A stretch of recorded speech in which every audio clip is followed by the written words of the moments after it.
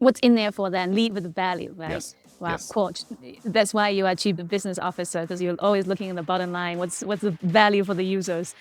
Cool. So, in a sense, then, what do you think is the value of doing user testing? So, one interesting question here: what is the most intuitive lesson you learned about building digital experience that millions of people actually trust and return to? You are my bank. You know where I live because you have it in front of you. I have your mobile application. I know you're checking my location. So you know that I sleep there 7 times a week, right? So you know that that's my home. You know that that's a provider that I'm paying for. So from the amount I'm paying for, you probably can go to their website and see what's done with whatever I'm using, right? Why are you not the first one to tell me that there is a new provider in my home with a better prices or better services?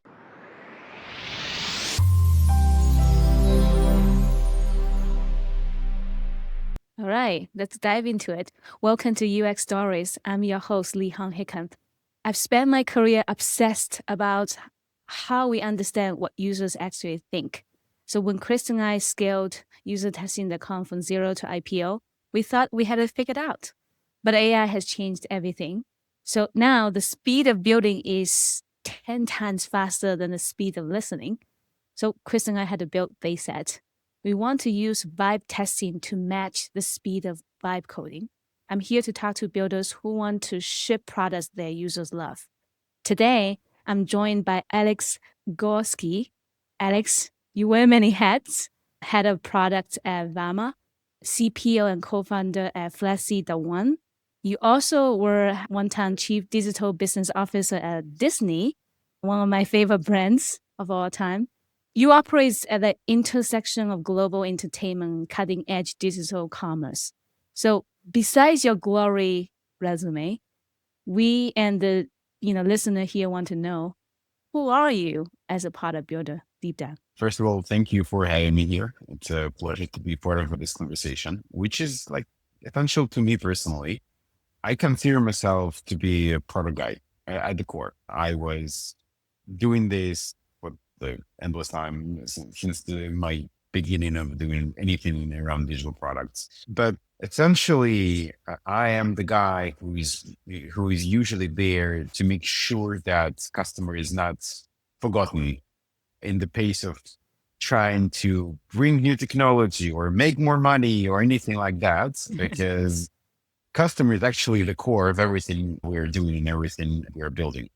So I kind of consider myself as someone who protects the customer. And honestly, during my time in bigger corporate companies, I was usually the one promoter of customer voice, making sure that customer research and engagement and just getting this feedback is built within the process of product discovery, as well as obviously post-launch checks and validation that customers are not struggling with whatever we're. So you are a customer first, customer centric product builder, making sure customer has a seat at the table, basically. It's interesting you mentioned change. Like, there's a lot of change today in how we build a product, and it's very hard to still keep customer not forgotten. Can you tell me a little bit about, like, in the last 24 months or something, like what are some of the biggest change that's going on in your product org? Does it impact the way you build product? Are there things you feel like, I had to unlearn in order to adapt to this new way of building product? If you don't mind, I'm going to start a little bit earlier on that. So generally speaking, especially when we're talking about building something like in a large corporate environment, the biggest struggle that was happening like 5, 7, 10 years ago was about how do we switch from these like operational mindsets to the one that digital world brought us. And by that, I mean, from my point of view, the biggest changes that the time kind of, so customer now expects everything to happen like instantly, right now, right here, right at the tip of his. We did not went through this process entirely. And I'm telling that just from watching those interfaces that many of those large banks or insurance companies are giving the users nowadays. It's still very operational driven in the sense of why do you ask that? Why in this sequence and all that? So that was the struggle. It's still the struggle. It's there. It's not finished. Some companies did like a great job. Obviously, the digital ones did the better job. But now, in the era of AI, what shrink is the product discovery and delivery process. So because of the AI, many of the things are coming from the ideas to the actual functionalities within the day. So that's what's happening. So the vibe coding, the essentially a lot of steps that we're usually taking a lot of time are now just combined all together and everything just speed up. Within that, obviously something gonna struggle. Usually kind of the role of the product manager is somewhere in the intersection of three domains: the customer, whatever he needs, whatever, how do we communicate to him, tone of voice, the words, the interfaces, user experience, all that. The business, how do we make money? How do we become more profitable or get more of a market share, whatever? And the Right. technology, how do we keep up with the progress? How do we keep up with the other companies in our field and so on? So the problem is that when you're trying to do the same thing but faster, some of those three will struggle. The technology is the one leading our days. Obviously, no one gonna abandon the business side of it. So everybody thinks about how do I make money? What struggles? The customer, right? Mm. So usually I would be like, let's set up like a proper analytics here. Let's do customer research there. Let's validate the user flow here. Now I cannot do that. I cannot afford spending time on that. So I need to make sure that all my product team, everybody in the product team, like all the product managers that I work with, they're equipped with the tools for them to do those validations on the spot, right here, right now, without engaging anyone else and without doing like a big job. Obviously, not everything is doable in Mm-hmm. this way, but that's kind of biggest struggle right now. Yes, I happen to work with the people who are at the core also like motivated to be customer first, and they want to learn all those tools and everything, but that's not always the case, and there is Mm. not always the space for that. So that's my Mm-hmm. biggest struggle in the last 24 months of Oh whatever my God. changing. You just unpack so much, Alex. I totally agree with you that the customer change, like in customer in general change. I've seen people like doing user tests and they are trying to test like e-commerce navigation site, like how do you filter, find the color and this like is that how modern people shop for things? Like I don't think people shop filter by this. They just go to ChatGTP and say, I want to find blah blah blah blah blah, and ChatGPT pop up the link for them. No one's gonna go to your site and filter and then find this and this. It's like I think Not, it's like not only that, the customer mind is shifting in a sense of like he's always searching for more rather than what mm-hmm, you're able to give him. I remember a couple of years ago, I was doing a research for one of the bank for the bank that I was working in at this moment, and I was basically just trying to understand what are the expectations of the users when they were using mm-hmm, our services, and that's like a traditional bank. And I mm-hmm. was by the fact that people kind of obviously they do expect you to do everything in a high quality digitally. Right. So access all their whatever financial tools they're using. But they expect you to use all the knowledge, which is tremendous amount of information about the customer within your bank to bring you additional value. One, you are my bank. You know where I live because you have it in contact. I have your mobile application. I know you're checking my location. So you know that I sleep You there know. 7 times a week, right? So you know that that's my home. You know that that's a provider that I'm paying for. So from the amount I'm paying for, you probably can go to their website and see what's bandwidth, whatever I'm using, right? Yep. Why are you not the first one to tell me that there is a new provider in my home with a better prices or better services? Why am I am the one searching? You have all the knowledge. Why you're not doing your job? I'm like, wait a second, we're the banks. That's not our job. But yes, it is because now the customers look at us and exactly like they look at data knowledgeable tools like ChatGPT, for example, right? You expect him to use all the background knowledge that he gains from the conversation that we had before in the answers that he will Yeah. give you going forward, right? that applies to everyone right now. And That's that's a totally new way of looking at who you are and what your core product is. Yeah, totally. I mean, become now that our customer is becoming more picky, and it requires us to up our game. And you mentioned that the job of the product managers and the one that's suffering is understanding the customers. And your approach is making sure they have all the tools they needed to do that. But do you feel like the current tools, I feel like can match the speed of vibe coding? Because what I found is the younger generation product builders stop doing the user research or usability testing because they were like, well, we do surveys, we do pop-ups, we do section replays, and that's good enough. Like, because they don't have time to do usability testing, because that's good enough for vibe coding. If we got it wrong, we can rip it apart and build it again. I think, is it a value to really go that deep into understanding users' minds through like traditional usability testing? To be honest with you, I don't believe in magical ones. I don't believe that there ever could be one tool that can solve it all. That's not it. So Mm-hmm. it all comes down to professionalism of a person who is doing the job. There are multiple tools that can do whatever you want to do, but there is no one that will like serve it all kind of tool. So you need to be professional enough to identify that in this case, I need this type of research. And in this case, I need to do user testing. And in this case, I need to do the A/B testing, or Right. I don't need to do anything because that's not necessary right now, but I need to I guess have this Alice, fun place. right. So I'm not talking about tool specific, Alex. I'm more talking about like the young generation just typically don't do user testing as a research. But for me, I just like, sometimes the surveys, or can you take the customer's word for it? Like, No, sometimes I'm never. observing them. They were like, oh, yeah, this is super easy. 5 out of 5 ease of use. I was like, I'm watching you. You're struggling. You made the mistake. Like, and then I can actually see and watch and observe what caused the problem and hear their thinking.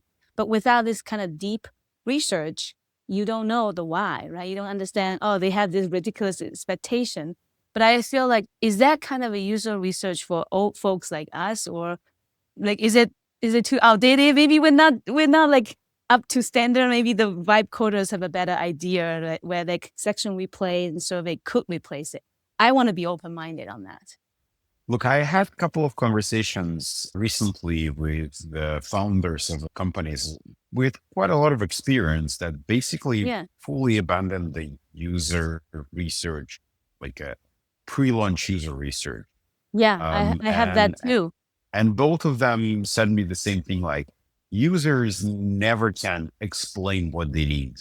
You can never learn from them their like underneath motivation or whatever. So we just like abandon it altogether. We're just looking at their behavior. We see in the funnels and just learning from that, from the analytics.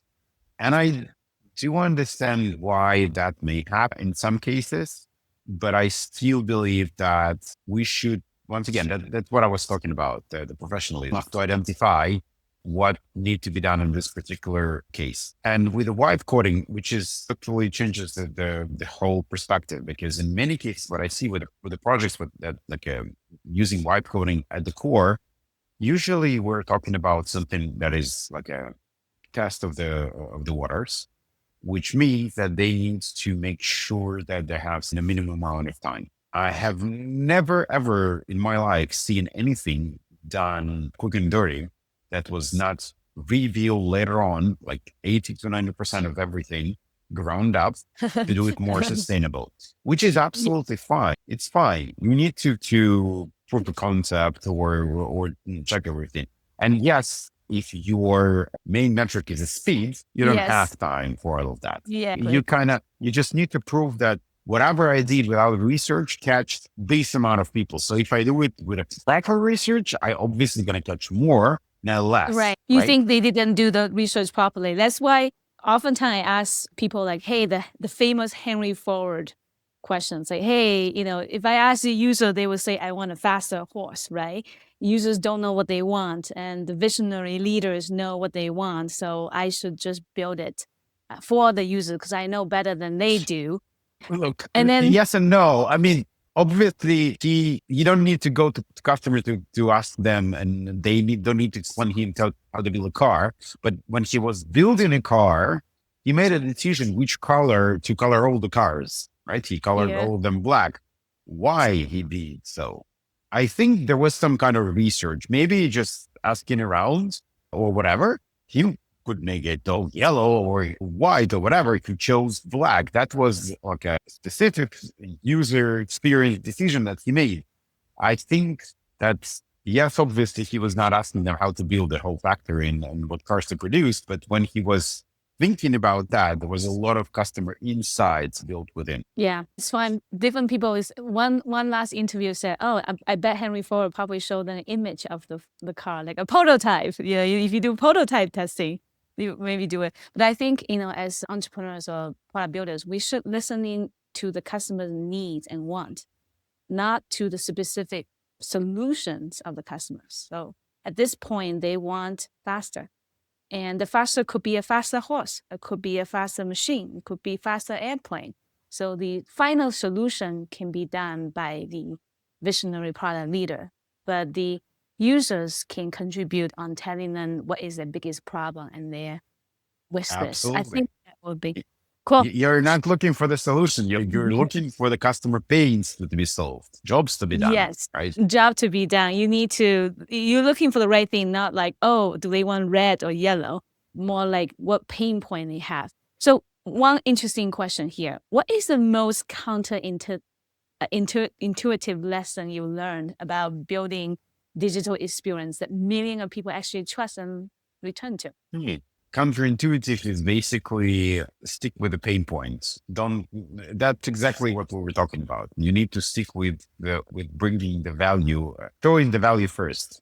What I mean by that is when you have a product that you're building, you can often try to improve it from the user experience point of view or from technology point of view, from any point of view. But if you somehow put the value not in front of it, whatever funnel that you're looking for will be worse, even if you improve everything. So you need to, our days, the time frame that we have to catch the customer is shrinking. So you need to put your foot in a door first. So you need to explain what the value will be, first of all, For the users, for the customers. before any cool features or optimizing onboarding or anything like that. If they do not understand why they're doing it, they will never do it. Either it's user friendly or non-user friendly.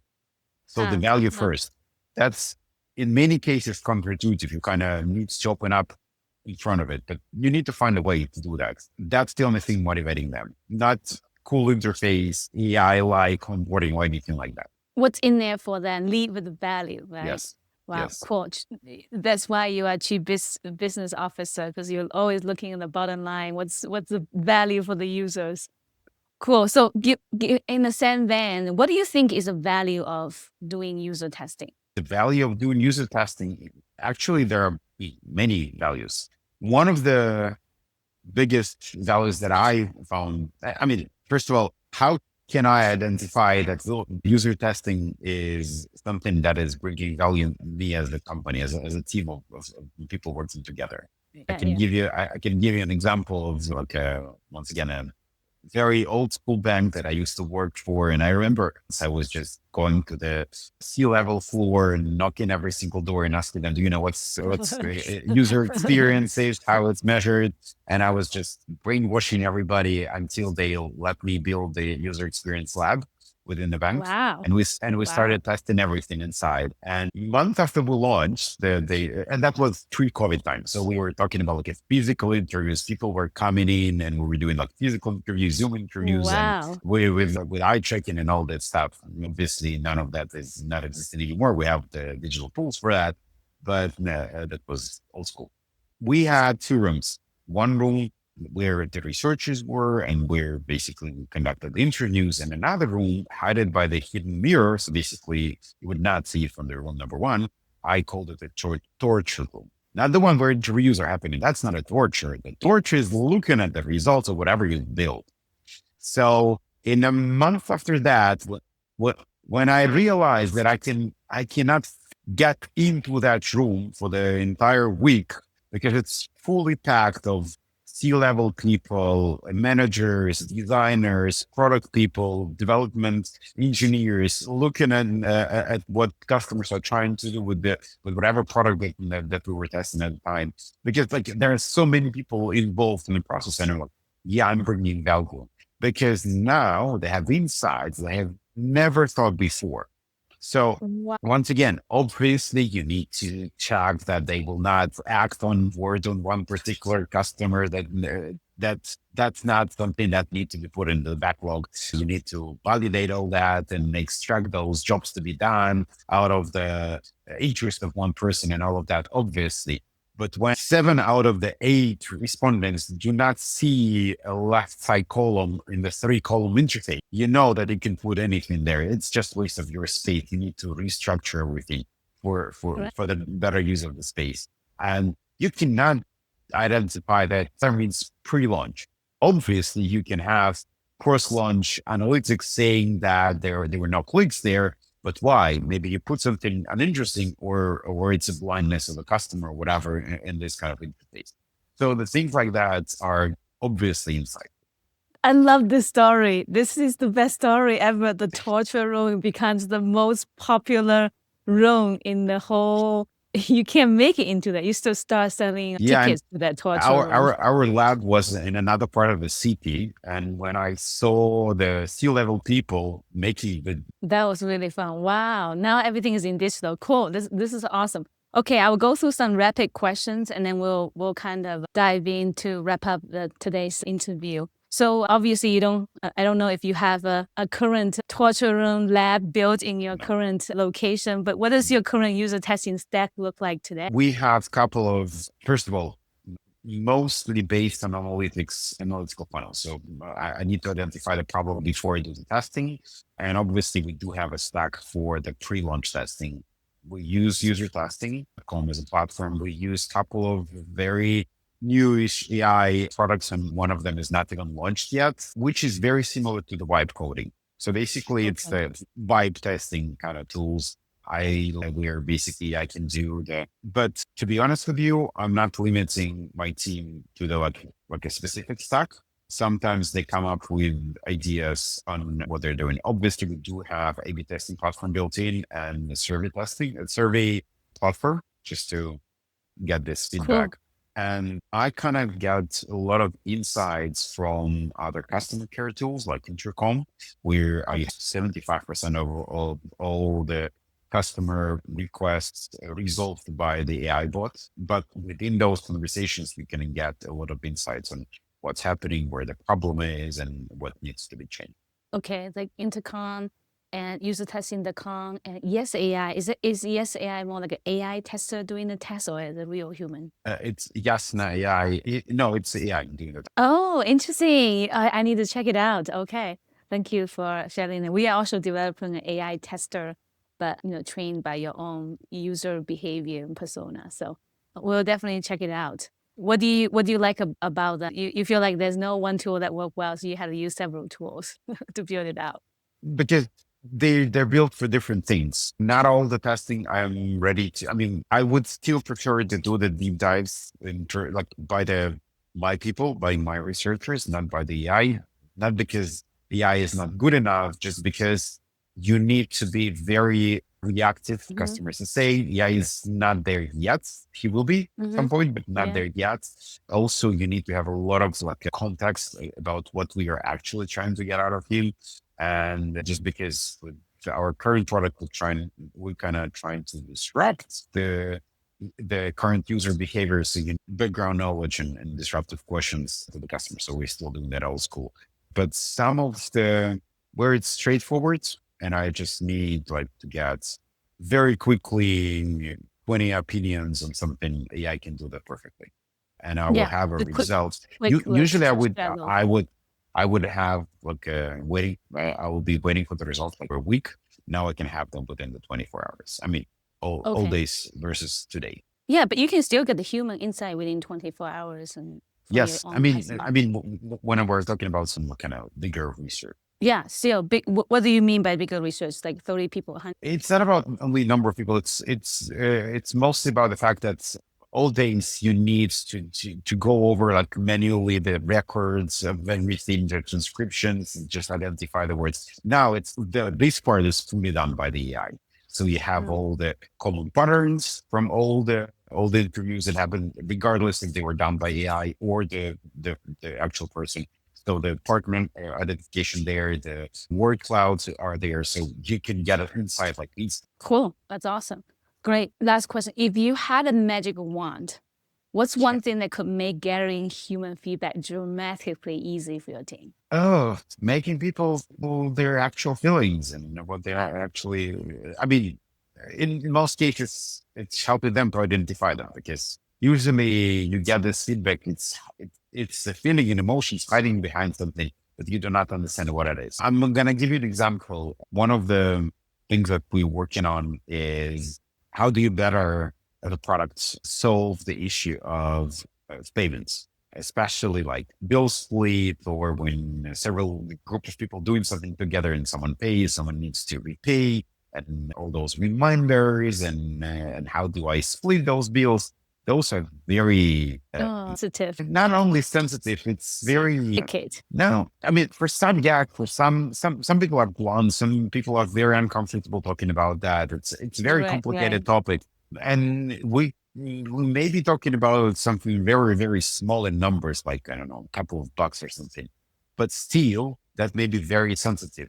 How do you build a product that solves all those different type of behaviors and emotional aspects of people? And when you talk to and when you do the research, obviously we did quite extensive research on that. It's very difficult to get to the actual emotions of the people and how do they think about that. And if there were cases like that in their life, how did they solve it? So yeah, that's difficult. So if I would have a magical wand, I can extract all those emotions straight away. So that will be 10 times faster and way more effective. And the product that I will build, wow, that will crash. Well, you can just connect it to the chip in the brain, have a partnership with the Elon Musk. Maybe we should have a partnership with the Elon Musk, but recruit testers that have already implanted the chip. I don't know. I'm just Yeah, joking. just extract Yeah, them yeah. and work on it. That's great. I mean, also like maybe, doing a larger sample size of users will be also helpful to figure out why It's that's not only that's larger, it's more of a more sustainable to whatever your audience is. Because hmm once again, you can only talk to the people who are willing to talk to you, willing to spend hmm the time. That's not usually the case with a product. You have a lot of other types of people, like introverts, who are not ready to talk to you, but you need also to be interviewed.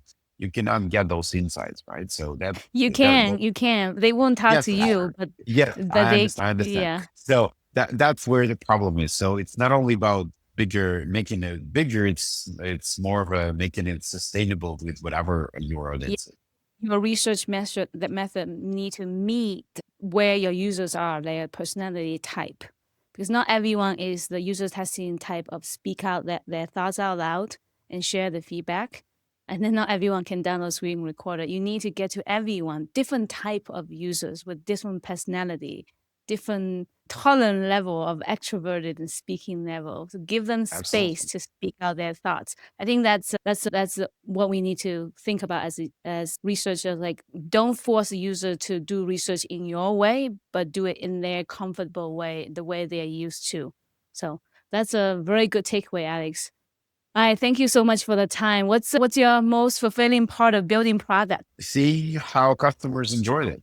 See them Nice. switch from just because they have those emotions of like, yeah, I did not expect that. Product lovers in heart, indeed. Yep. Cool. Thank you very much, Alex.